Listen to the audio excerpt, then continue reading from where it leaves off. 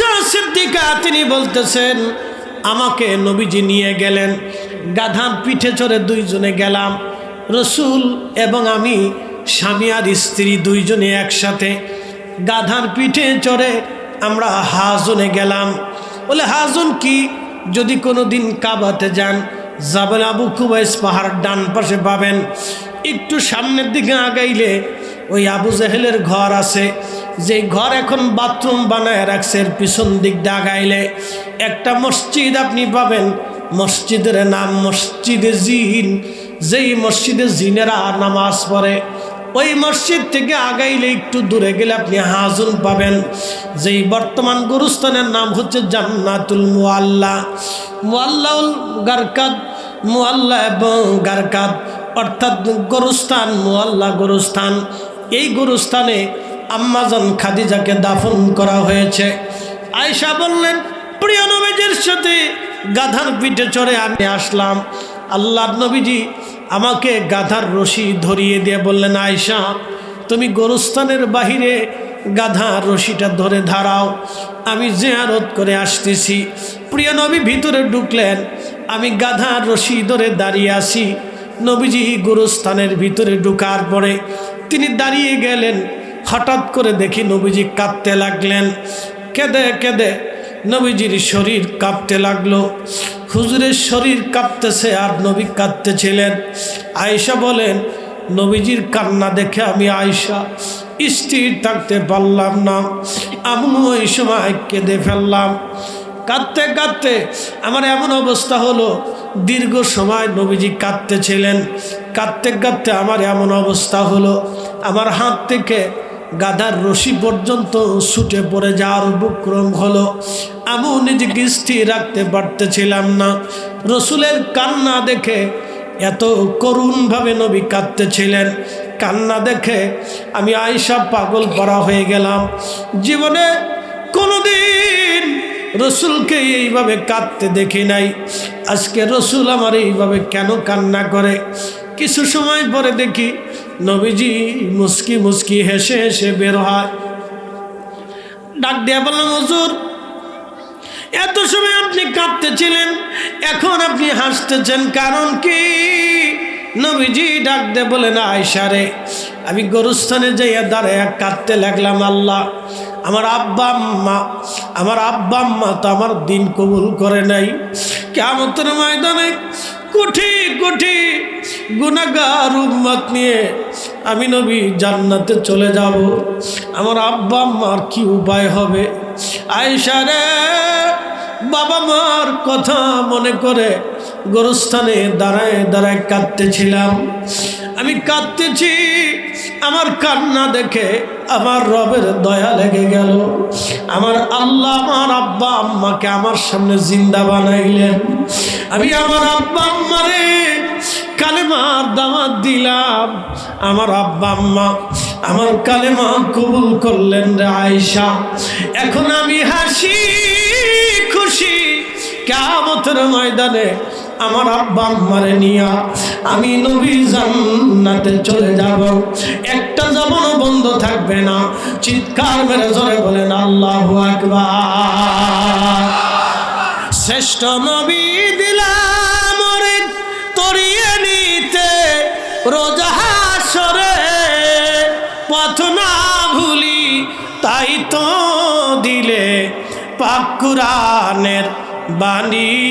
খুদা তোমার মেহেরবানি, সুন্দর ফুল সুন্দর ফল, মিঠা নদীর পানি, খুদা তোমার মেহেরবানি। প্রশ্ন রাখতে পারেন, হরিরে হুজুর বাবা মা কবরে চলে গেছে, ভুল আমরা করে ফেলছি, হুজুর উপায় কি? কোন উপায় আমাদের হবে? ভয়ের কোনো কারণ নাই। সাহাবী এসে বললেন, ইয়া রাসূলুল্লাহি, আব্বা আম্মা কবরে চলে গেছে, হক আদায় করতে পারি নাই, নবীজি কি উপায় আমাদের? নবীজি বললেন, সাহাবীরে বাবা মার জন্য বেশি বেশি করে দোয়া করো। যদি বেশি বেশি করে দোয়া করতে থাকো, আমার রবের দয়া হয়ে যাবে।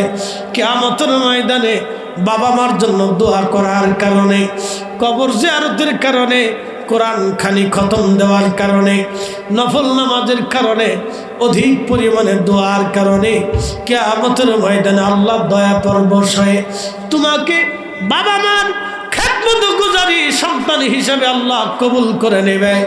নবীজিকে সাহাবী বললেন, ইয়া রাসূলুল্লাহ, বাবা মা মারা যাওয়ার পরে কি কোনো হক পায় কিনা? নবীজি বললেন, হ্যাঁ পায়। প্রথম নম্বর হক বাবা মার জন্য অধিক পরিমাণে দোয়া করা।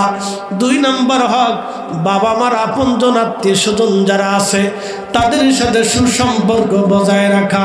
3 নম্বর হক বাবা মা কোনো ওসিয়ত করে গেলে এই ওসিয়ত পালন করা। যদি তোমরা করো তাহলে বাবা মার হক আদায় হয়ে যাবে। প্রথম নম্বরে নবী বললেন দোয়া করা। আর আল্লাহ কোরআনে দোয়া শিখাইলেন, রাব্বির হামহুমা কামা রাব্বায়ানি সগীরা। এই জন্য বাবা মার জন্য যারা দোয়া করে না, দোয়া মানে না, ওটা নাফরমান সন্তান। কথা কন না কেন?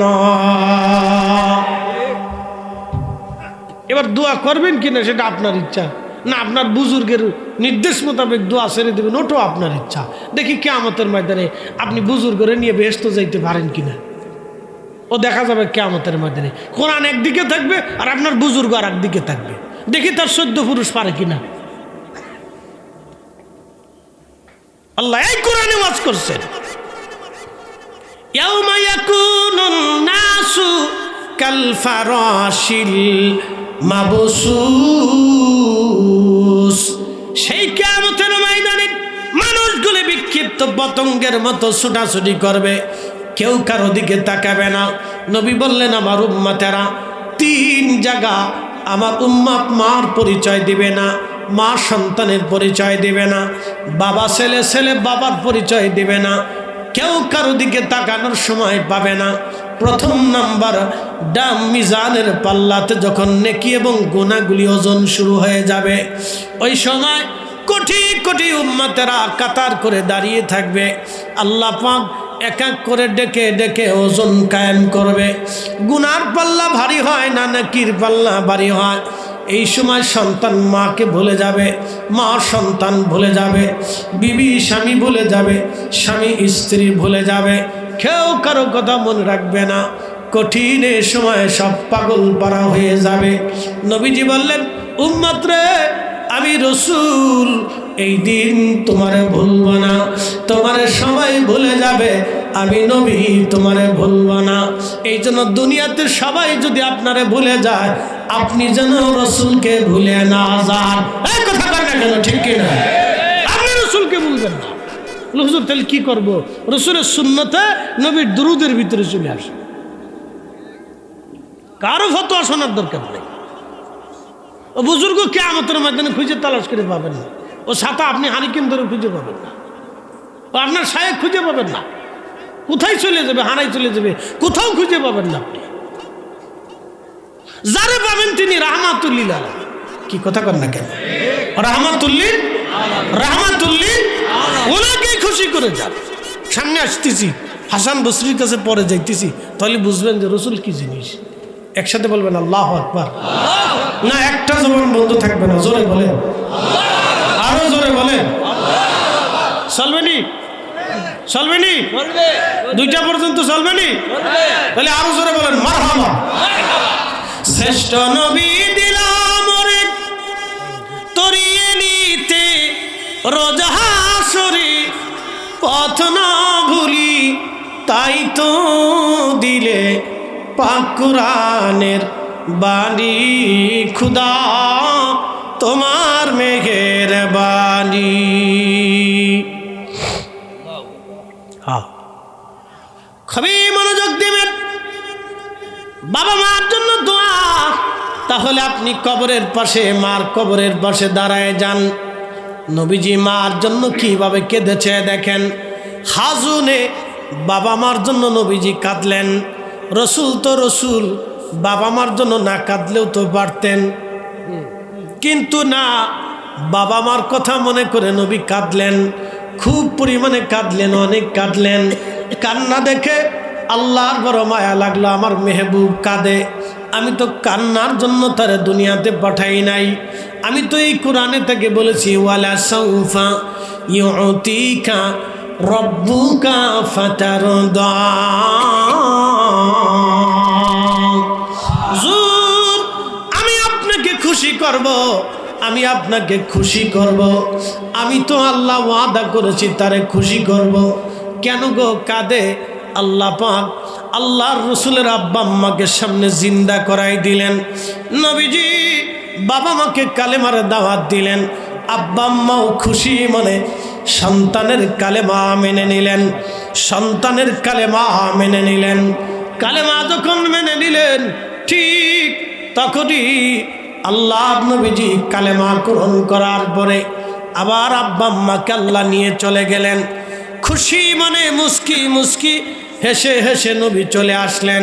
তাহলে বুঝেন তো নবীজি বাবা মার জন্য কেঁদেছে, আপনি কেন কাঁদবেন না? নবীজি বাবা মার জিয়ারতে গিয়েছে, আপনি কেন যাবেন না? এ মুসলমান, এই জন্য বাবা মার কবরের পাশে দাঁড়াবেন। গোরস্থানে বাপ মারে কবর দিয়ে চলে গেছেন, আর তো আসেন নাই। সম্ভব হলে প্রত্যেক জুমাতে আসবেন, সম্ভব না হলে মাসে একবার আসবেন। বাবা মার কবরের পাশে আসবেন, নিজের সন্তানটাকে হাতে ধরে নিয়ে আসবেন। নিজের ছোট্ট কলিজার টুকরা বেটাটাকে ভাসতে ভাগ্নেদেরকে নিয়ে আসবেন, হাতে করে ধরে নিয়ে আসে বলবেন আয় তোমার দাদার কবর আজকে আমরা জিয়ারত করি। ওই যে সন্তানরা আপনি ছোট্টকালে যেটা শিখাবেন ও মৃত্যুর আগ দিন পর্যন্ত আপনার কবরের পাশে, আপনার বাবার কবরের পাশে দাঁড়াবে। এমনকি আপনি মারা যাবেন, ওই ছেলেটা কখনোই কথা বলবে না যে আমার আব্বা নিজে দাদা দাদির কবর জিয়ারত করছে, আজকে আমি আমার আব্বা আম্মার কবর জিয়ারত ছাড়ব না। তখন দেখবেন বাবা আমার কবরের পাশে আপনার সন্তানও দাঁড়াবে, দোয়া করবে। আর আপনি যদি বন্ধ করে দেন, আপনার সন্তানও আপনার কবরের পাশে দাঁড়াবে না, দোয়া করবে না। এই জন্য দোয়া চালাইতে হলে, এই দোয়াও চালাইতে হলে আপনাকে সন্তান তৈরি করে যেতে হবে। কারো কথা শোনা লাগবে না। রসুল বললেন নাহিতুকুম আন জিয়ারাতিল কবর, কবর জিয়ারত নিষেধ করতাম, আলা ফুজুরহা, তোমরা কবর জিয়ারত করো, রাওয়াহু মুসলিম। আল্লাহর নবী বললেন কবরের পাশে তুমি যদি দাঁড়াও তাহলে 1 নম্বর কিয়ামতের কথা মনে হয়ে যাবে। 2 নম্বর দিল যদি পাথরের মতো শক্ত হয়, মোমের মতো নরম হয়ে যাবে। এ নারীরা, আজকে মহিলারা তো কোরআন তেলাওয়াত ভুলে গেছে। আগের জমানার নারীরা ঘরে ঘরে কোরআন খতমের প্রতিযোগিতা করত। এখনকার নারীরা কোরআন খতমের প্রতিযোগিতা না, এরা এখন টিকটককে কেমনে বানাবে তার প্রতিযোগিতা করে। এখন দেখি বুরকাওয়ালা বেটিরাও টিকটক বানায়। হাই হাই হাই, এটা দেখে বললাম যে দুনিয়ার থেকে কি চলে গেলাম নাকি? শতান কোথাকার বুরখা পরিয়া বুরখার ইজ্জত নষ্ট করে ফেলছে। এটা আজাজিল, বুরকা পরে তো টিকটক বানাই, তুমি তো বুরকা পরছিস কেন? বুরকা নারীদের আমানত। কি কথা কর না কেন? বুরকা হচ্ছে নারীদের ইজ্জতের আমানত। বুরকা নারীদের ইজ্জতের সম্মানের আমানত। এই আমানতটাকে যারা অপব্যবহার করতেছে তারা ইসলামটাকে ধ্বংস করে দেওয়ার জন্য চেষ্টা করতেছে। কথা কর না কেন? আজকে আপনি উন্নত বিশ্ব যায় দেখেন মুসলমানদেরকে হেজাবও করতে দেয় না। আপনি যা দেখেন ইউরোপে নারীদেরকে হেজাব পর্যন্ত পড়তে দিতে চায় না। কোনো মুসলিম নারীর হেজাব পড়তে দিতে চায় না, কেন? হেজাব পরা যাবে না, সমস্যা আছে। কি সমস্যা? বলে হেজাব পরে এরা উগ্রবাদিতা করে। বুঝতে পারছেন? আমাদের এই সারা ওয়ার্ল্ডে আমাদেরকে তারা উগ্রবাদী বানাইছে। এটা আমাদের জন্য বড় ধরনের সমস্যা। কেন বানাবে না বলেন তো? বাংলাদেশে কবর থেকে লাশ উঠেই আগুন দিয়ে পুরাইতে হবে, কারণটা কি? এই কি কথা করলে কেন? এটা কিসের ইসলাম? আপনি আমার বোঝান তো। আবু জাহেলের লাশ কি আগুন দিয়ে পোড়ানো হয়েছে? হ্যাঁ, তাহলে আবু জাহেলের সেই দিকে মানুষ বেশি নিকৃষ্ট, তাহলে তার লাশ কেন পোড়াইতে হবে? ইসলাম কোথার থেকে আমরা শিখলাম? লা হাওলা ওয়ালা কুওয়াতা ইল্লা বিল্লাহ। কদিন আগে দেখছেন সুদানিরা এক গ্রুপ আর এক গ্রুপে গুলি করে, কে আল্লাহু আকবার। এক মুসলিম আর এক মুসলিমকে গুলি করে, কে আল্লাহু আকবার, আল্লাহু আকবার। এটা কোন কথা? আল্লাহ রসুল, আল্লাহর কোরআনে আল্লাহ বলছেন মান কাতালা নাফসান বিগাইরি নাফসিন আও ফাসাদিন ফিল আরদি ফাকান্নামা কাতালান নাস জামিআ। তোমরা যদি একজন নিরপরাধ মানুষকে হত্যা করো তাহলে শুনে রাখো तमाम দুনিয়ার মানুষ মেরে ফেললে যেই গুনাহ, একজন নিরপরাধ মানুষ মেরে ফেললে সেই গুনাহ হবে। কি অবস্থার ভিতর আমরা পড়ে গেছি চিন্তা করতে পারছে। একজন নিরপরাধ মানুষকে তোমরা যদি মেরে ফেলে দাও তাহলে সেই গুনাহ হবে। যদি তোমরা একজন নিরপরাধ মানুষকে মারো তাহলে তাম দুনিয়ার মানুষ মেরে ফেললে সেই গুনাহ। কি হিন্দু, কি বৌদ্ধ, কি খ্রিস্টান, কি ইহুদি, কে নাসারা, কে মাজুসি, কে শিখ, কে মুসলিম, আল্লাহ বলেননি। আল্লাহ বলছেন নাফসান, নাফসের কথা বলেছে, জীবনের কথা বলেছে। সে হিন্দুর জীবন হতে পারে, বৌদ্ধর জীবন হতে পারে, খ্রিস্টানের জীবন হতে পারে, সে নিরপরাধ। তুমি তাকে হত্যা করতে পারো না, তুমি তাকে হত্যা করতে পারো না, অবশ্যই পারো না। আল্লাহ কোরআন তোমাকে অনুমতি দেয় নাই। এই কি কথা বলেন না, না কোরআন অনুমতি দেয় নাই, আল্লাহ অনুমতি দেয় নাই। এটা আমাদের ইসলাম না, এটা আমাদের ধর্ম না। আমাদের ধর্মের কাছে সব মানুষ নিরাপদ ছিল। খলিফাতুল মুসলিমিন হযরত ওমর রাদিয়াল্লাহু আনহু বাইতুল আকসা বিজয় করলেন। সেই ঐতিহাসিক চুক্তি আপনাদেরকে স্মরণ করাই দেই। হযরত ওমর রাদিয়াল্লাহু আনহু খ্রিস্টানদের সাথে চুক্তি করলেন, ইহুদিদের সাথে চুক্তি করলেন, এই বাইতুল আকসাতে তোমরাও থাকবে, আমরাও থাকবো, সবাই মিলেমিশে থাকবো। তবে শর্ত হলো যার যার ধর্ম শেষে স্বাধীন মোতাবেক পালন করবে। একসাথে বলবেন মারহাবা। খ্রিস্টান তুমি তোমার ধর্ম স্বাধীন মতো পালন করো, ইহুদি তোমার ধর্ম তুমি স্বাধীন মতো পালন করো, কিন্তু রাষ্ট্র আমাদের সবার। যদি বহির্শত্রু আমাদেরকে আক্রমণ করে তাহলে খ্রিস্টান, ইহুদি, মুসলমান একসাথে মিলে আমরা বহির্শত্রুকে প্রতিহত করব। আর যদি কোনো মুসলিমকে হত্যা করতে আসে তাহলে আমরা একসাথে প্রতিরোধ করব। যদি কোনো খ্রিস্টানদেরকে হত্যা করতে আসে তাহলে আমরা একসাথে প্রতিহত করব। যদি ইহুদিকে হত্যা করতে আসে তাহলে আমরা সবাই একসাথে প্রতিহত করব। রাষ্ট্র আমাদের সবার, ধর্ম তুমি পালন করো, কিন্তু রাষ্ট্রে ইনসাফ প্রতিষ্ঠিত হবে, আমরা ন্যায় প্রতিষ্ঠিত করব। একসাথে বলবেন আল্লাহু আকবার। এটার নাম খেলাফত, এটার নাম ইসলাম, এটার নাম কোরআন।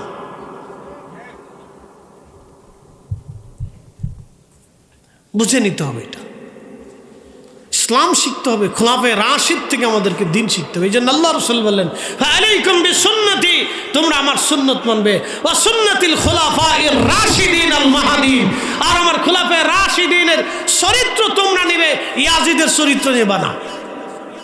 কি কথা কন না কেন? এই ইয়াজিদের চরিত্র নেওয়া যাবে? ইয়াজিদ ছিল স্বৈর শাসক। ইয়াজিদ ছিল কি শাসক? স্বৈর শাসক ছিল। ইয়াজিদ জালিম ছিল, ইয়াজিদ স্বৈর শাসক জালিম ছিল। ইয়াজিদ ইমাম হুসাইনকে হত্যা করেছিল। শুধু খেলাফত প্রতিষ্ঠিত করতে চেয়েছিলেন ইমাম হুসাইন। এই খেলাফত প্রতিষ্ঠিত করতে যেই ইমাম হুসাইনকে সে হত্যা করেছিল। ইমাম হুসাইন জীবন দিয়েছিলেন কিন্তু নীতি বিসর্জন দেন নাই। সন্তান শহীদ করেছিলেন কিন্তু নীতি বিসর্জন দেন নাই। একসাথে বলবেন আল্লাহু আকবার। না হয় না আরো জোরে, আরো জোরে। আমরা হুসাইনি, জোরে বলেন আমরা কি? আমরা জোরে বলেন কি? জোরে বলেন কি? আরো জোরে বলেন কি? আমরা হুসাইনি। কি কথা কর না, আমরা হুসাইন, আমরা হুসাইনি। ইমাম হুসাইনকে কারবালায় হত্যা করা হলো, খেলাফত স্টপ করে দেওয়া হলো, মানুষের রায়কে স্টপ করে দেওয়া হলো। খেলাফত হলো মানুষদেরকে নিয়ে, জ্ঞানী গুণীদেরকে নিয়ে একটা রাষ্ট্র পরিচালিত হতো।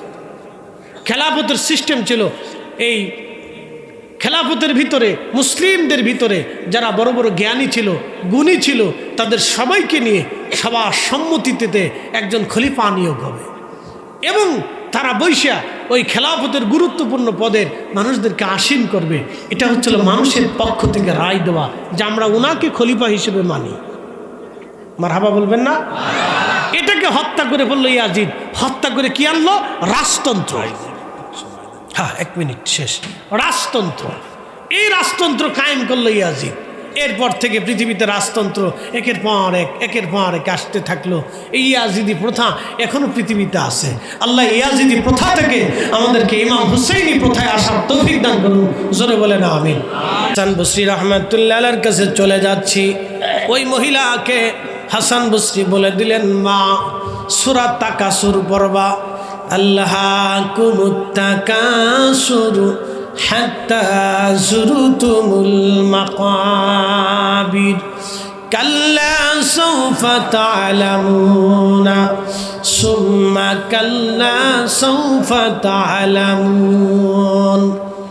এই সূরা প্রত্যেক রাকাতে ফাতিহার পরে তোমরা 4 রাকাত পরে আদায় করবা রে মা, এবং এশার নামাজ পড়ে এই 4 রাকাত পড়ে ওই বিছানাতেই তুমি তাসবিহ হাতে নিয়ে দুরূদ শরীফ পড়তে থাকবা। কি পড়বা? দুরূদ শরীফ পড়তে থাকবা। ইমাম শামসুদ্দিন সাখাবী রাহমাতুল্লাহ আলাইহি লিখতেছে, দুরূদ শরীফ পড়তে পড়তে পড়তে পড়তে মহিলা রাত্রিবেলা ঘুমিয়ে পড়লেন। আপনাদেরকে আজকে বলে দিয়ে যাই, যদি কোনো দিন ঘুমের রোগ আপনাদের এসে যায়, ঘুম আসে না, নানান ধরনের পেরেশানি, নানান ধরনের চিন্তা, ঘুম আসে না, ঘুম আসে না, ঘুম আসে না, তাহলে ঘুমের ওষুধ খাওয়া লাগবে না, কিচ্ছু করা লাগবে না। একটা আমল শিখাই দিয়ে যাই।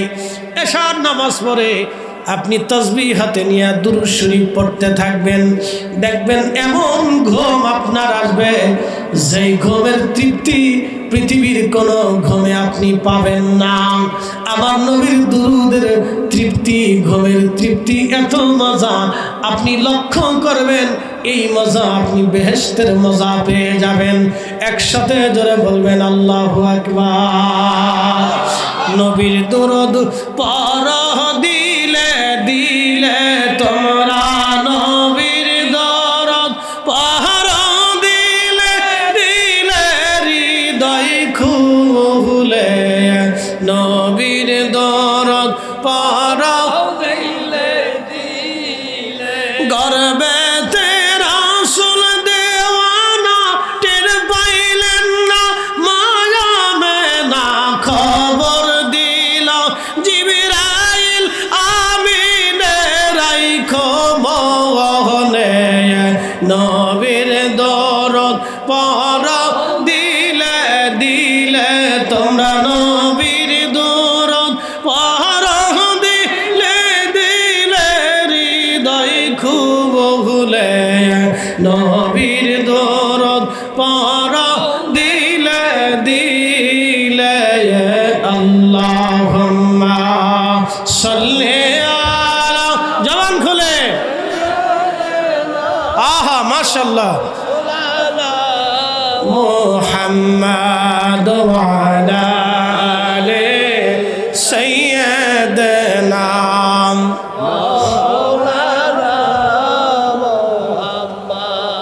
ওই মহিলা রাত্রিবেলা দুরূদ শরীফ পড়তে পড়তে ঘুমিয়ে পড়ল। স্বপ্নের ঘরে দেখে আল্লাহর জাহান্নামের লেলিহান শিকার ভিতরে তার মেয়েটা চিৎকার মেরে মেরে আগুনে পুড়তেছিল আর কাঁদতেছিল। ওগো মা, আমি খোদার জাহান্নামের জেলখানায় বন্দী হয়ে গেছি, মারে আমি বিপদগ্রস্ত হয়ে গেছি রে মা, আজ আমারে উদ্ধার করো। আল্লাহর কাছে দোয়া করো মা, আমার রব আল্লাহ যেন আমারে মাফ করে দেয়।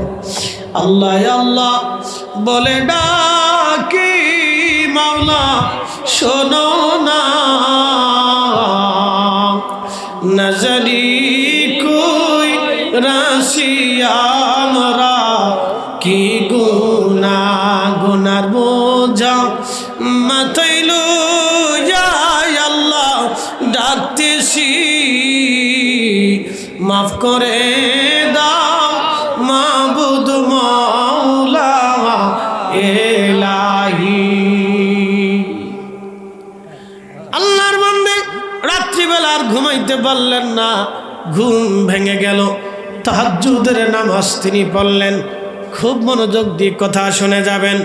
এই যে তাহাজ্জুদ, এই তাহাজ্জুদ নামাজটা অতিরিক্ত নওয়াফিল। আল্লাহর এই কোরআনে আল্লাহ বললেন, ওমিনাল লাইলি ফাতাহাজ্জাদ বিহি নাফিলাতাল লাক, নাফিলাতাল লাক। হুজুর, এই তাহাজ্জুদ আমি আপনার জন্য অতিরিক্ত নফল দিলাম, নফল তাহাজ্জুদ আপনারে অতিরিক্ত দিলাম। হুজুর, এই নফল আপনি তেলা আদায় করেন। আশা আইয়াবআসাকা রাব্বুকা মাকামাম মাহমুদা,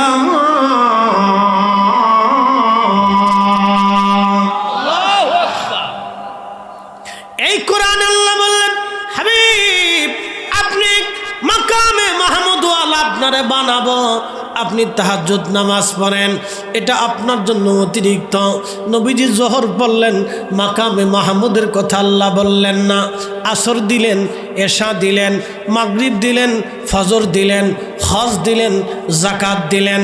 আল্লাহ তাআলা মাকামে মাহমুদের কথা আল্লাহ বলেন নাই, কিন্তু আল্লাহ বলেন হুজুর আপনি তাহাজ্জুদ পড়েন। ওয়া মিনাল লাইলি ফাতাহাজ্জাদ বিহি নাফিলাতাল লাক, আপনার জন্য এটা অতিরিক্ত দিলাম, আপনি এটা আদায় করেন, আশা অবশ্যই আপনাকে আমি দিয়ে দিব। আইয়াব আশাকা রাব্বুকা, আপনার রবের পক্ষ থেকে আপনি পেয়ে যাবেন মাকামাম মাহমুদা, সর্বোচ্চ মাকাম, মাকামে মাহমুদ, যেই মাকাম কারো নসিবে কোনোদিন হয় নাই, আর কারো নসিবে কোনোদিন হবে না। হাসরের ময়দানে আরশে আল্লাহর ডান পাশে আমার নবীর জন্য একটা আসন বরাদ্দ থাকবে, এই আসনের নাম মাকামে মাহমুদ। সাহাবীরা বলল হুজুর এর মর্তবা কি? নবী বললেন হিয়া শাফাআ, কিয়ামতের ময়দানে আমি আল্লাহর কাছে যা চাবো আমার আল্লাহ আমারে তাই দিয়ে দিবে, সেটার নাম মাকামে মাহমুদ। একটা জবান বন্ধ থাকবে না, সবাই চিৎকার মেরে জোরে বলেন আল্লাহু আকবার। মাকালের ফল দেখতে ভালো, উপরে লাল নীল ভিতরে কালো। মাকাল ফল দেখছেন নি? মুরব্বীরা দেখছেন, যুবকরা দেখেন নাই, পোলাপানে অনেকে নামও শোনে নাই, দেখবে আবার কি। মাকাল ফল বাহিরে দেখতে খুব সুন্দর দেখা যায়, খুবই চমৎকার, কিন্তু ভিতরে কালো দুর্গন্ধ। মাকালের ফল দেখতে ভালো, উপরে লাল নীল ভিতরে কালো। ওরে সারা জীবন এমনি গেল দয়াল, সারা জীবন এমনি গেল, খাইতে আমরা পারলাম না। যার ভিতরে নাই রসুলের প্রেম, তার সাথে ভাব রাইখো না, ঠিক কিনা? যার ভিতরে নাই রসুলের প্রেম, তার সাথে ভাব রাইখো না। মাকামে মাহমুদ দিয়ে দিলাম নবীজি, এটার নাম নওয়াফেল, অতিরিক্ত। আপনি বুঝেন এবার। ইব্রাহিম খলিলুল্লাহ, ইব্রাহিম খলিলুল্লাহ শব্দের অর্থ হলো আল্লাহর বন্ধু, আর হাবিবুল্লাহ শব্দের অর্থ আল্লাহর বন্ধু। কিন্তু দুই বন্ধুর মধ্যে একটা তফাৎ আছে, বুঝাই দিয়ে যায় সমাজবাসী, ভালো করে শুনবেন। ওয়াহেদ এবং আহাদ, ওয়াহেদ এবং আহাদ, ওয়াহেদ মানে এক, আহাদ মানেও এক, এই দুই একের ভিতরে একটা তফাৎ আছে। এই জন্য এই কোরআনে আল্লাহ কিন্তু কুল হু আল্লাহু ওয়াহেদ এই শব্দ আল্লাহ ব্যবহার করেন নাই। আল্লাহ বলেছেন কুল হু আল্লাহু আহাদ, আল্লাহ আহাদ শব্দ ব্যবহার করেছেন। বেলালকে যখন মারা হতো তখন বেলাল বলতো আহাদ আহাদ আহাদ আহাদ, বেলাল কিন্তু ওয়াহেদ ওয়াহেদ ওয়াহেদ বলতেন না, বেলাল শুধু বলতেন আহাদ আহাদ এক। যেই একের পরে এবং আগে কোনো সংখ্যা হবে না, সেই একের নাম হচ্ছে আহাদ। এক তো এক, একের সাথে আর কোনো কিছুর জোড়া লাগবে না, এটার নাম হলো আহাদ। ওয়াহেদ এক, একের সাথে জোড়া লাগতে পারে, কিন্তু আহাদের সাথে কোনো জোড়া হবে না। খলিলুল্লাহ আল্লাহর বন্ধু, হাবিবুল্লাহ আল্লাহর বন্ধু। খলিলুল্লাহ আল্লাহর বন্ধু তাকে বলা হয় যে আল্লাহকে খুশি করত। আল্লাহ পাক ডাক দিলেন ইব্রাহিম, তুমি তোমার স্ত্রীকে একেবারে নির্জনে নিয়ে দিয়ে আসো, তোমার ছোট্ট কলিজার টুকরা সন্তান সৈয়দুন ইব্রাহিম সুদূর হারান, বর্তমান ফিলিস্তিন থেকে আগে নাম ছিল হারান, এই হারান থেকে নিজের সন্তানকে নিয়ে বাইতুল্লাহ, বর্তমানে বাইতুল্লাহ, কোনো কাবা ছিল না এখানে, একেবারে বিজবন মরুভূমির মধ্যে তিনি তিনার সন্তান আর স্ত্রীকে রেখে দিয়ে চলে গেলেন। খাবার পানি সামান্য দিয়ে চলে গেলেন। কি খাবে কি করবে কিছুই চিন্তা নাই। আল্লাহ হুকুম দিছে সন্তান রেখে দিয়ে গেলাম। সন্তানটা বড় হলো, আল্লাহ ডাক দিলেন ইব্রাহিম তোমার সন্তানটাকে তুমি কুরবানি করে দাও। আল্লাহ ইব্রাহিমকে স্বপ্ন দেখাইলেন। ফালাম্মা বালাগা মাহু সায়া ক্বালা ইয়া বুনাইয়া ইন্নী আরা ফিল মানাম, রে বেটা আমি স্বপ্ন দেখেছি, আমি স্বপ্ন দেখেছি ইন্নী আরা ফিল মানামি আন্নী আযবাহুক, আমি স্বপ্ন দেখেছি তোমারে আমি কুরবানি করতেছি। ফাংজুর মাজা তারা, তুমি আজকে বলে দাও তোমার জীবনের কি সিদ্ধান্ত, তুমি আজকে জানাও। এই জন্য নবীদের কাছে শুধু জিবরাইল ওহী নিয়ে আসে না, নবীদের কাছে স্বপ্নের মাধ্যমে ওহী আসে। যারা বলে জিবরাইল বললে নবী বলতো, জিবরাইল না বললে নবী বলতে পারতো না, এই কথা মিথ্যা। তাহলে কোরআন শরীফ মিথ্যা, এটা প্রমাণ করে। তাহলে ইব্রাহিম আলাইহিস সালামের কাছে ওহী আসছে স্বপ্নে, ইন্নী আরা ফিল মানাম, আল্লাহ আমারও স্বপ্ন দেখাইছে। এখানে জিবরাইল আসে নাই, আল্লাহ নিজে দেখাইছে। একসাথে কোন আল্লাহু আকবার। তাহলে নবীদের কাছে স্বপ্নে ওহী আসে, আমার রসুলের কাছে স্বপ্নে ওহী আসছে। এই কোরআনে 114টা সূরা আছে, তার একটা সূরার নাম সূরা কাউসার, এটা স্বপ্নে আইছে, এটা জিবরাইল আনে নাই। আপনারা আজান দেন কিনা? জোরে বলেন, এই আসতে বলবেন না, জোরে বলেন দেন কিনা? আজানের শব্দ কি আমরা দিছি না আল্লাহ দিছে? আল্লাহ কোনো ওহী দিয়ে দেন নাই, এটা স্বপ্নের মাধ্যমে, দুঃখিত আল্লাহ জিবরাইল দিয়ে পাঠান নাই, এটা স্বপ্নের মাধ্যমে আল্লাহ রসুলকে পাঠাইছে। মারাবা কন কেমনে আসছে? স্বপ্নে। স্বপ্নে নবীদের স্বপ্ন ওহী, নবীদের স্বপ্ন দলিল। আমার রসুলের স্বপ্ন ওহী, আমাদের স্বপ্ন কি দলিল নি? কথা কন না কেন? তাহলে রসুল আর আমরা একরকম কেমনে হইলাম? তাহলে রসুল আর আমরা একরকম কেমনে হইলাম? আমরা বুঝান। আপনার সামনে দেখেন রসুলের স্বপ্ন দেখলেন, তাহলে দুই স্বপ্ন ভিন্ন হলো কেমনে? আপনি আমার বুঝান। এই জন্য শুধু কোরআনের তফসির দুই পাতা বইটা তফসির করলে তো মুফাসসির হওয়া যায় না। মুফাসসির হইতে হলে 17টা জ্ঞান লাগে, 17টা জ্ঞান লাগে। আমরা যারা আন্তর্জাতিক মুফাসসির কোরআন লাগে, এসব নাম মিথ্যা কথা, মনে কিছু নিয়েন না, কারণ আমাদের উপর সাইডে দিলাম আজকে। আমরা কার নামের আগে এগুলো লাগাবেন না। আমরা আন্তর্জাতিক মুফাসসির হইনি। আন্তর্জাতিক মুফাসসির যারা ছিলেন তারা বড় বড় তফসিরের কিতাব লিখে গেছেন।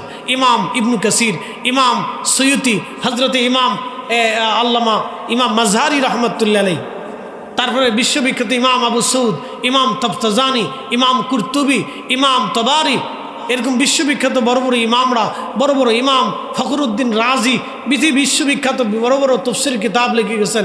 ইমাম হজরতে ইসমাইল হাক্কি, হজরতে ইমাম বিশ্ববিখ্যাত আইম্মে ইকরাম যারা ছিলেন, বড় বড় মুফাসসির কোরআন যারা ছিলেন, তারা বড় বড় তফসিরের কিতাব লিখে গেছে। তারা হচ্ছে আন্তর্জাতিক মুফাসসির কোরআন।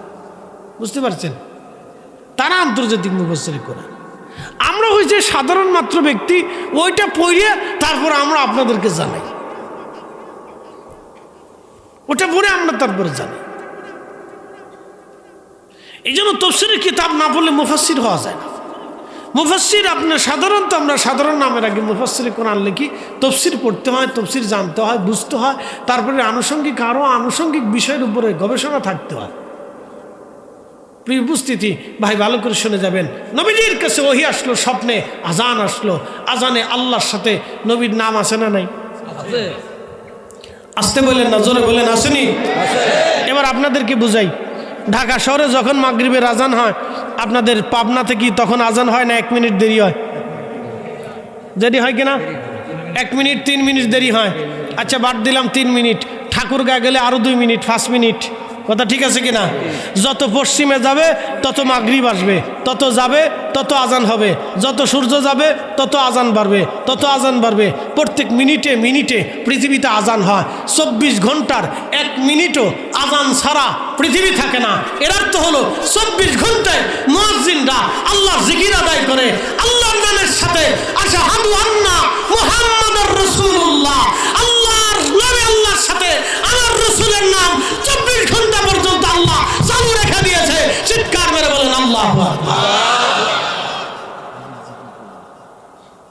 কয় ঘন্টা চলে? 24 ঘন্টা। কার নাম চলে? আল্লাহ। তারপরে কার নাম? না, আপনি রসুলের নামে স্লোগান দিলে আপনার শরীরে চুলকানি আসে কে? তাহলে বুঝতে হবে আপনার ভিতরে শয়তানি আছে। এই কথা কর না কেন? আল্লাহ নিজে শিখাই দিচ্ছে, আপনারা আরো শোনাই দিলাম। দারুণ ব্যাখ্যা, এটা জীবনে কোনোদিন শোনেন না, আজকে হিসাব করে বুঝাই দিলাম। 24 ঘন্টায় আজান চলে, 24 ঘন্টা। এই হিসাব 1450 বছরে হাসান বিন সাবিত রাদিয়াল্লাহু আনহু মসজিদে নববীতে মিম্বার শরীফে দাঁড়াইয়া নবীজির সম্মানে দাঁড়ায় বলছিলেন, ওয়া দাম্মাল ইলাহু ইসমান নবী বি ইসমিহি ইদা ক্বালা ফিল খামসিল মুয়াজ্জিন আশহাদ। ইয়া রাসূলুল্লাহ, আপনার নাম কি আল্লাহ কিভাবে জারি করছে যে আজানের সাথে আপনার নাম ফিট করে দিয়েছে, আর 5 ওয়াক্ত আজানে মুয়াজ্জিনরা আপনার আল্লাহর নামের পরে আপনার নাম ব্যবহার করতেছে। সুবহানাল্লাহ, যেমনি কইতেছেন না। আজানের পরে একামত আছে না নাই? তাহলে একামতে নবীজির নাম আছে না নাই? নামাজের তাশাহুদ আছে না নাই? আমার রাসূলের সালাম আছে না নাই? খুতবা আছে না নাই? বক্তব্য দেওয়ার আগে নবীজির দুরূদ সালাম হয় কি হয় না? হ্যাঁ, বুঝে যাবেন। তাহলে আপনি রাসূলের নাম বাদ দিতেছেন, কারণটা কি? হ্যাঁ, দিন বুঝাইতেছেন না? দিন আমরা বুঝি না নাকি? আমরা সব বুঝি না। আবার আল্লাহ রসুলকে কেউ যদি বাদ দিতে চায়, ছোট করতে চায়, তখনই বুঝবেন তার ভিতরে শয়তান ভর করছে। মুনাফিকি, মুনাফিকি একসাথে বলেন কি? জোরে বলেন মুনাফিকি, মুনাফিকি। বুঝে যাবেন। এটা বেশি লম্বা করবো না, মূল আলোচনায় চলে যায়। ভালো করে শোনেন। ইসমাইল আলাইহিস সালাম রে, সন্তান রে ইব্রাহিম আলাইহিস সালাম জবাই দিতে গেলেন। একসাথে করে আল্লাহু আকবার। কার হুকুমে? এই জন্য উনি খলিলুল্লাহ। এই জন্য উনি কি? খলিলুল্লাহ। খলিলুল্লাহর অর্থ হচ্ছে যিনি আল্লাহরে খুশি করেন তিনি খলিলুল্লাহ। যিনি আল্লাহকে খুশি করেন তিনি কে? যিনি আল্লাহকে খুশি করেন তিনি কে? এইবার আসেন, হাবিবুল্লাহ কারে কয়? হাবিবুল্লাহ কারে কয়? এবার আসেন। হাবিবুল্লাহ, খলিলুল্লাহ, হাবিবুল্লাহ, খলিলুল্লাহ। হাবিবুল্লাহ তাকে বলা হয় যাকে আল্লাহ নিজে খুশি করেন তিনি হাবিবুল্লাহ। একসাথে জোরে বলেন আল্লাহু আকবার। তিনি আমাদের নবী রাহমাতুল লিল আলামিন। কিন্তু ওই নবীর উম্মত হওয়ার পর আমরা গরু চুরি করি। কি কথা? ঠিক আছে কিনা? ওই নবীর উম্মত হওয়ার পর গরু চুরি করি। ওই নবীর উম্মত হওয়ার পর আমরা ছাগল চুরি করি, মসজিদের জুতা চুরি করি। ওই নবীর উম্মত হওয়ার পর আমরা সুদ খাই। ওই নবীর উম্মত হওয়ার পর 30 বছর ধরে বনের জমি বুঝাই দেই নাই। কাজ হয়ে গেছে, কাজ হয়েছে রে। এবার ধরা খাইছে রে। এবার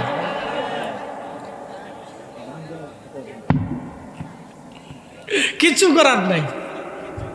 আচ্ছা, নামাজ পবিত্র, নামাজ কবুল হওয়ার জন্য প্রথম শর্ত হলো শরীর পাক। একসাথে বলেন কি পাক? আমি কি খাইছি? যদি মদ খাইতাম তাহলে আপনারা থাকতেন। হুজুর হারাম খাচ্ছে, হুজুরের ওয়াজ শোনা যাবে না। শরীর না পাক হয়ে গেছে। কথা ঠিক আছে কিনা? তো মদ খাওয়ার সাথে সাথে আমার শরীর কি হয়ে যেত? না পাক। ওই অবস্থায় যদি নামাজ পড়তাম, নামাজ হবে। সারাদিন রোজা রাখার পরে সন্ধ্যার সময় শুয়োরের গোশত দিয়ে সুন্দর করে বিরিয়ানি রান্না করে কেউ যদি বিরিয়ানি খাই, ইফতার করে, রোজা হবে? কারণ কি? হারাম খাইছে। একসাথে বলেন কি খাইছে? তো সেটা যদি হারাম খাওয়া হয়, তাহলে সুদের টাকা দিয়ে খাসির গোশত কিনে বিরিয়ানি রান্না করে খেলে তাহলে রোজা কেমনে হবে? হবে না।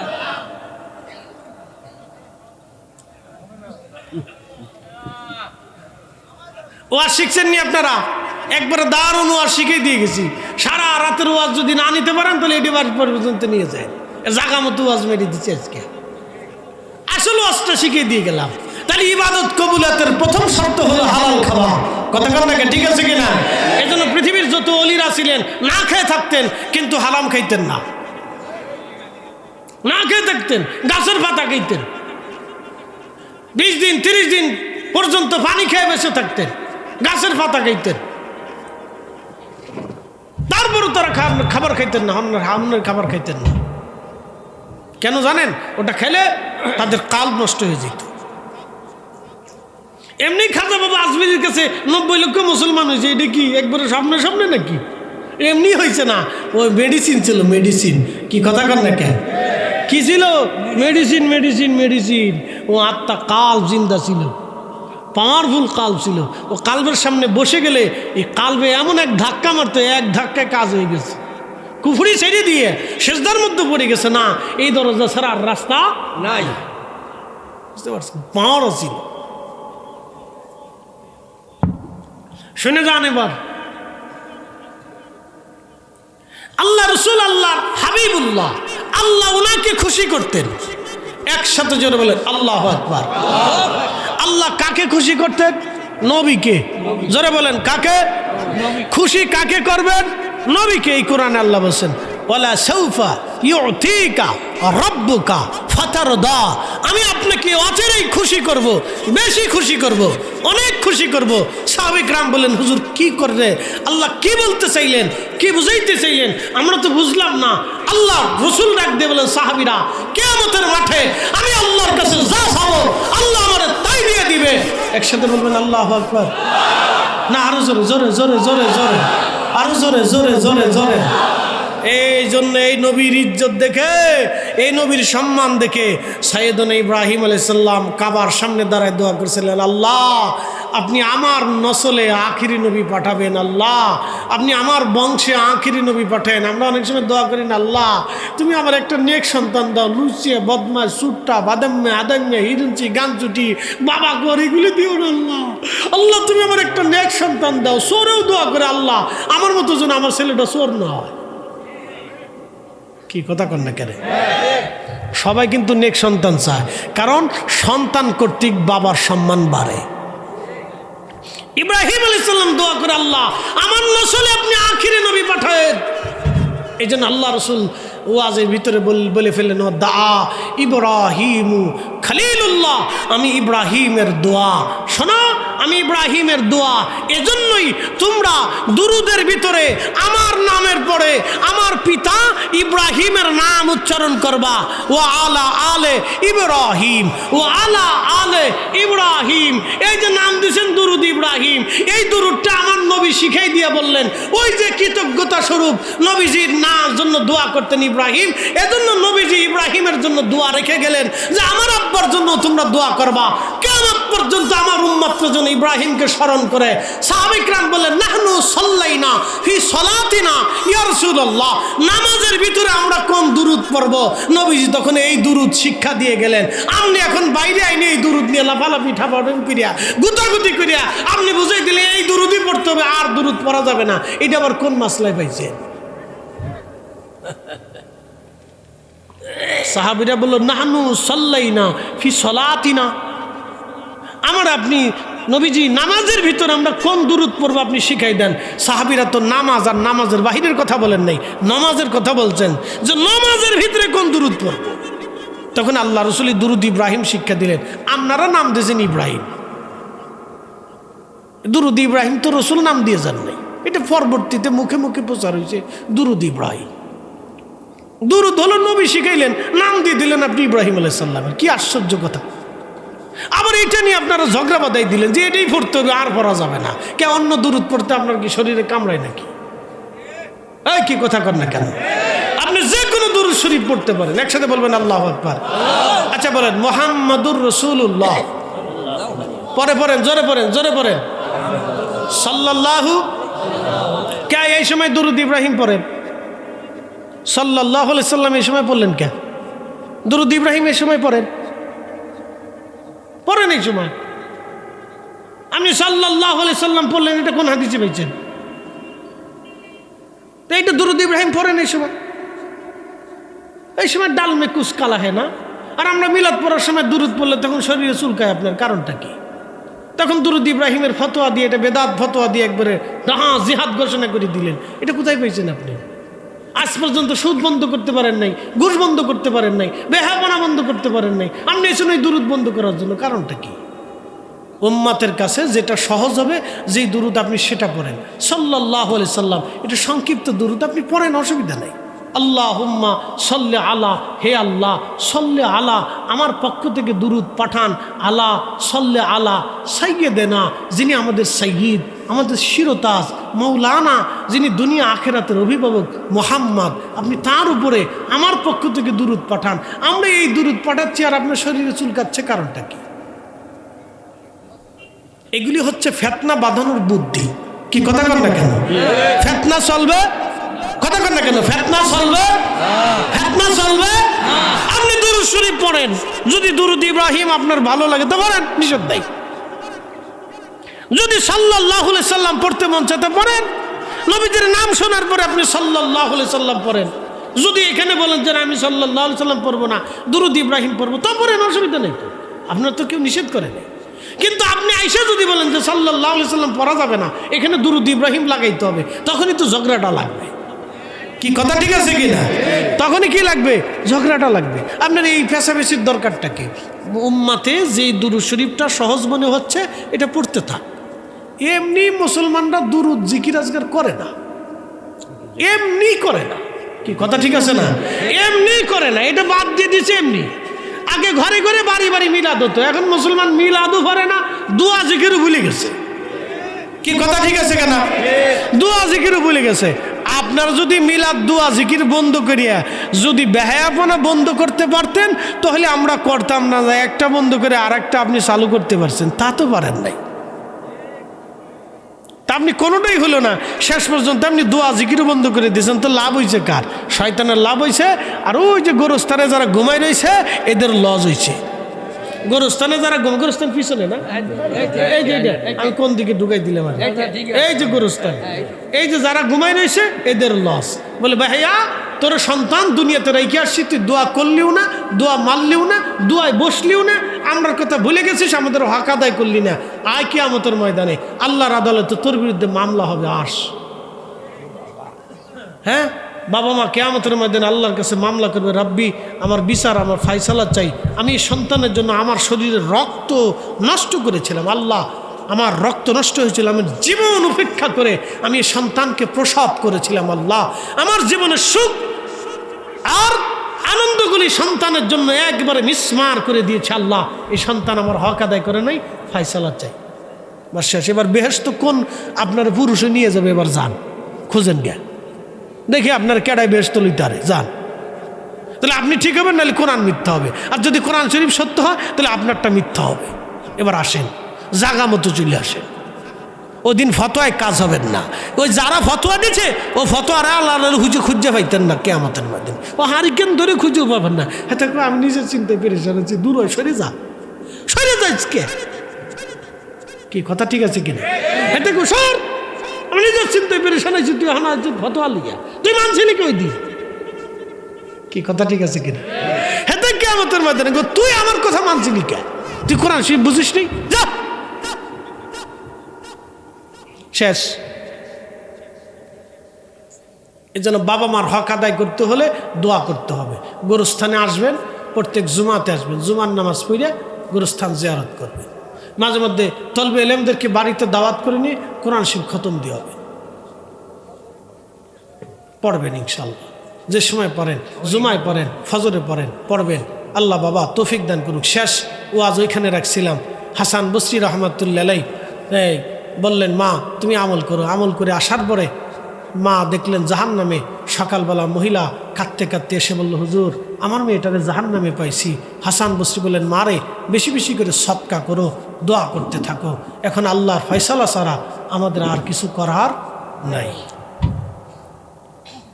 মহিলা চলে গেলেন। পরের দিন হাসান বসরি রহমাতুল্লাহ আলাইহি রাত্রিবেলা ঘুমিয়ে আছেন। স্বপ্নের ঘরে দেখে ওই যুবতী মেয়েটা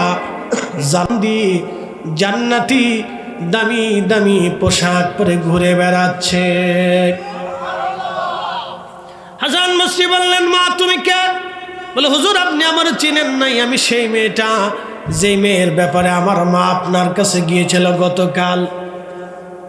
হাসান বসরি বললেন, মা রে তোমারে না জাহান্নামে দেখছিল তোমার মা? বলে, হ্যাঁ, আমার পাপের কারণে আমারে আল্লাহ জাহান্নামী বানিয়ে দিয়েছিলেন, কিন্তু মা রে তুমি কেমনে জান্নাতে গেলা বলো, কোন কারণে আল্লাহ তোমারে মাফ করে দিয়েছে বলে যাও।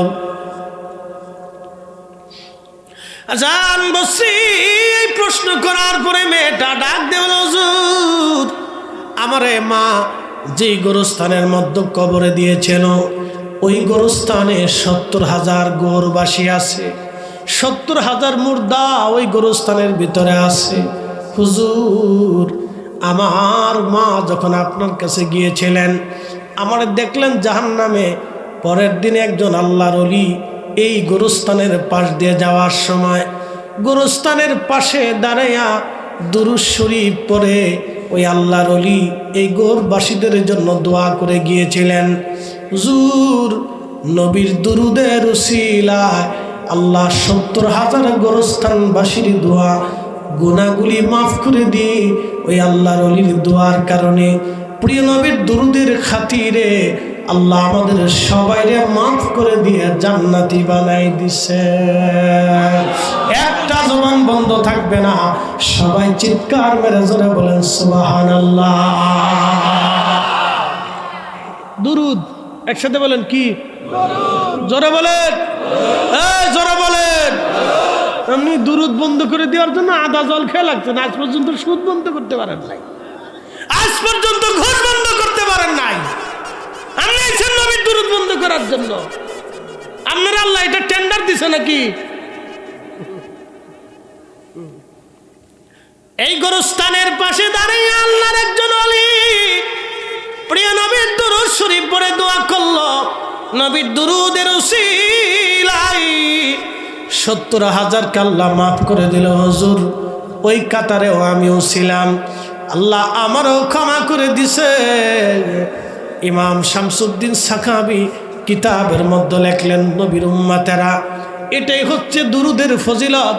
এই জন্য গোরস্থানে আসবেন, বাড়ি মিলাদ শরীফ দুরুদ শরীফ পড়ে বাবা মার জন্য দোয়া করাবেন। কোন দুরুদ, কার দুরুদ, কার দোয়া কোন সময় কবুল হবে আমরা জানি না। বেশি বেশি করে দোয়া দুরুদ করার তৌফিক আল্লাহ নসিব করুন। আওয়াজ তুলে জোরে বলেন আমিন। সমাজবাসী, আমি আজকে আপনাদেরকে যে কথাগুলি শোনাইলাম এগুলি আমলে পরিণত করবেন। আল্লাহকে নবী খুশি, নবীকে আল্লাহ খুশি করতেন, এই জন্য তিনি হলেন হাবিবুল্লাহ। এই জন্য উনার প্রতি দুরুদ পাঠানোর সাথে সাথে আল্লাহ বেশি খুশি হয়ে যায়, কারণ আল্লাহ তার নবীকে দুরুদ পাঠায়। ইউসাল্লুনা আলান নবী, আল্লাহ বলেন আমি এবং ফেরেশতারা আমার রসুলের উপর দুরুদ পাঠাচ্ছি এবং পাঠাইতে থাকব। একটা সেকেন্ডের জন্য নবীর প্রতি দুরুদ পাঠানো বন্ধ আল্লাহ করে না।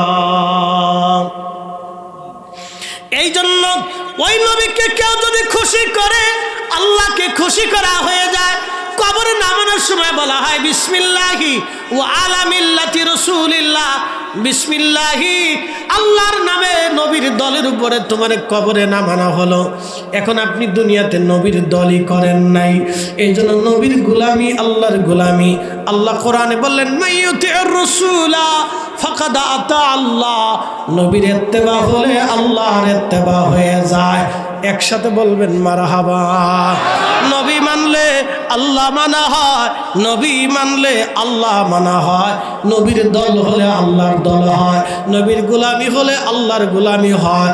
নবীকে খুশি করলে আল্লাহকে খুশি করা হয়। এই জন্য আবু বকর আল্লাহ দেখে আল্লাহ মানে নাই, আবু বকর নবী দেখে আল্লাহ চিনেছিল। এই কোরআন শরীফ কি ওহুদে নাজিল হয়েছে? তো কোরআন শরীফ কোন জায়গায় আসছে? লাউহে মাহফুজে যে আসছে সেটা আল্লাহ পাঠাইছে, এটা আপনি দেখছেন নি? তো এটা তো লাউহে মাহফুজে যে আল্লাহ পাঠাইছে এটা তো আল্লাহ রসুলই আগে কইছে। কি কথা কর না কে? আপনারা তো দেখেন নাই, আমরা দেখছি নি। তো কোরআন শরীফ আল্লাহ লাউহে মাহফুজ থেকে যে আল্লাহ তার রসুলের কালবে পাঠাইলেন, বুঝেন নাই মনে হয়? নবীজির কালবে যে কোরআন আসছে, সাহাবীরা দেখছেনি যে কখন কোরআন শরীফ আল্লাহ পাঠাচ্ছে? সাহাবীরা তো দেখেন নাই। কোরআন শরীফ নাজিল হলো, ভালো করে বুঝছেন, কোরআন নাজিল হলো।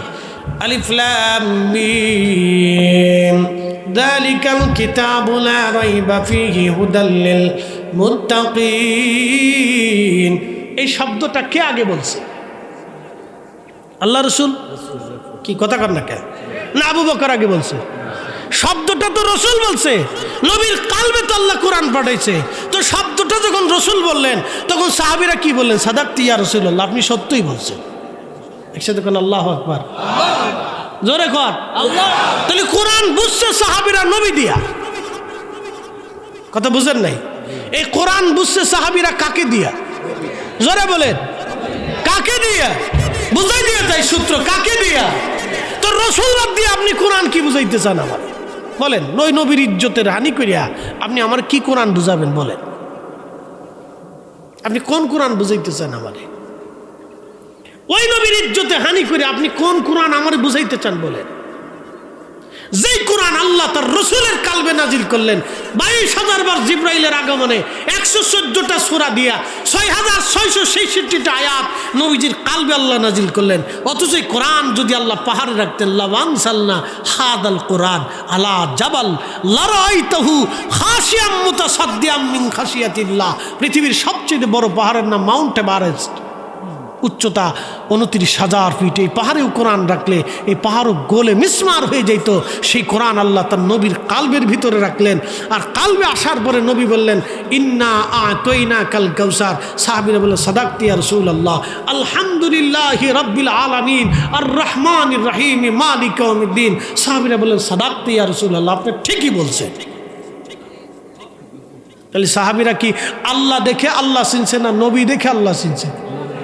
এই জন্য কবি কাজী নজরুল ঠিকই লিখছিলেন, তৌহিদের মুর্শিদ আমার মুহাম্মাদের নাম। আমাদের দেশের বেদাতি মৌলবী বিরাট বড় শিক্ষের দুঃখের ফেরে অস্থির হয়ে গেছে, কাজী নজরুল শিরিক করছে। ইস, বিরাট বড় বুজুর্গানি আলী সাল্লাম।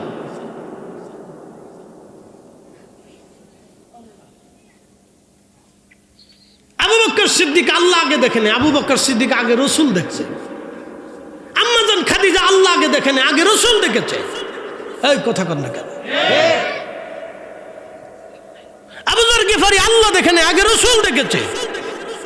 রসুল দেখে তারা কালেমা পড়ছে। কারণ আল্লাহ তো প্রকাশ্যে আসেনি, আসে। আল্লাহ কি কোরআন শরীফ ওহুদে নাজিল করছে? তো আল্লাহ নবী সাহাবীরা নবীকে দেখে কালেমা পড়ছে, আল্লাহ দেখে না। নবী দেখে আল্লাহ চিনছে, নবী দেখে দিন মারছে, নবী দেখে নামাজ শিখছে, নবী দেখে কোরআন বুঝছে, নবী দেখে জিহাদ করছে, নবী দেখে শহীদ হয়েছে, নবী দেখে জিহাদের ময়দানে গেছে, নবী দেখে না খেয়ে থাকছে, নবী দেখে পাগড়ি মাথায় দিছে, নবী দেখে দাঁড়িয়ে রাখছে, নবী দেখে ইনসাফ মানছে, নবী দেখে হালাল হারাম মানছে, নবী দেখে দিন বুঝেছে। এই কি কথা কর না? এই জন্য আল্লাহ কোরআনে বলছেন, মাইয়ুতির রাসূলা ফাকাদ আতা আল্লাহ। নবী মানলে আল্লাহ মানা হয়ে যাবে, নবী মানলে আল্লাহ মানা হয়ে যাবে। এখন আমাদের দেশে এক দল বেরিয়েছে, নাম হচ্ছে আলুল কোরআন। ওরা কে আমরা কোরআন মানি, রসুলের হাদিস মানি না। শতান জুতা দিয়ে বাইরে গিয়া এদেরকে সমাজ থেকে বিতাড়িত করতে হবে। কাঠের জুতা নাকি জুতার ভিতরে পায়খানা মাহে পিটাবেন। শতান কোথাকার? ও মুসলমানকে ধ্বংস করে দেওয়ার জন্য আসছে। বেটা, কোরআন সুন্নাহ মানতেই হবে। কোরআনের পরে রসুলের সুন্নাহ। যদি রসুল মানেন তো আল্লাহ মানা হয়ে যাবে। একসাথে বলবেন আল্লাহু আকবার।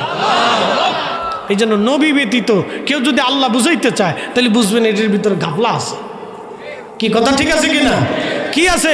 গাফলা আছে, ভেজাল ভেজাল ভেজাল ভেজাল আছে, ভেজাল আছে। সূত্র শিখাই দিয়ে গেলাম a² + b²। যদি ভুল করেন কিয়ামত পর্যন্ত কষতে থাকবেন, খাতা শেষ, কলম শেষ, জীবন শেষ, অঙ্ক মিলবে না, অঙ্ক মিলবে না। আচ্ছা, হিজরতের রাত্রে হযরত আবু বকর দরজার সাথে ঠেস মেরে দাঁড়াইছিলেন কার জন্য? আল্লাহর জন্য। জোরে বলেন, নামাজের জন্য। নামাজের জন্য। কার জন্য? নবীর জন্য। আবু বকর সিদ্দিক নবীর জন্য ঠেস মেরে দাঁড়াইছিলেন। হযরত আম্মাজান আয়েশাকে নবী বলেন, আয়েশা, এই রাতের ইবাদত तमाम উম্মতের ইবাদত এক পাশে রাখলে আমার আবু বকরের এই রাতের ইবাদতের ওজনের সমান হবে না। সে আমার মহব্বতে দাঁড়াইছিল। একসাথে বলবেন আল্লাহু আকবার। এইবার মনে হয় কিছুটা হলে বুঝছেন আপনারা, বুঝে যান।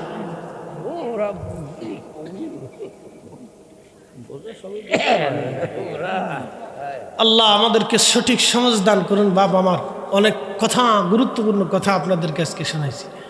দারুণ পয়েন্টের উপরে কথা বলছি। ভাই, আমি ইসলামের গুরুত্বপূর্ণ মৌলিক দিকটা আপনার কাছে নিয়ে আসছি। এই জন্য নীতিতে মুসলমান হন, সুরতে না। এই কথা কার না, জোরে বলে। সুরতে হেন না, নীতিতে হন। আদর্শিক মুসলমান হন। নীতিতে মুসলমান হতে হবে, নীতিতে।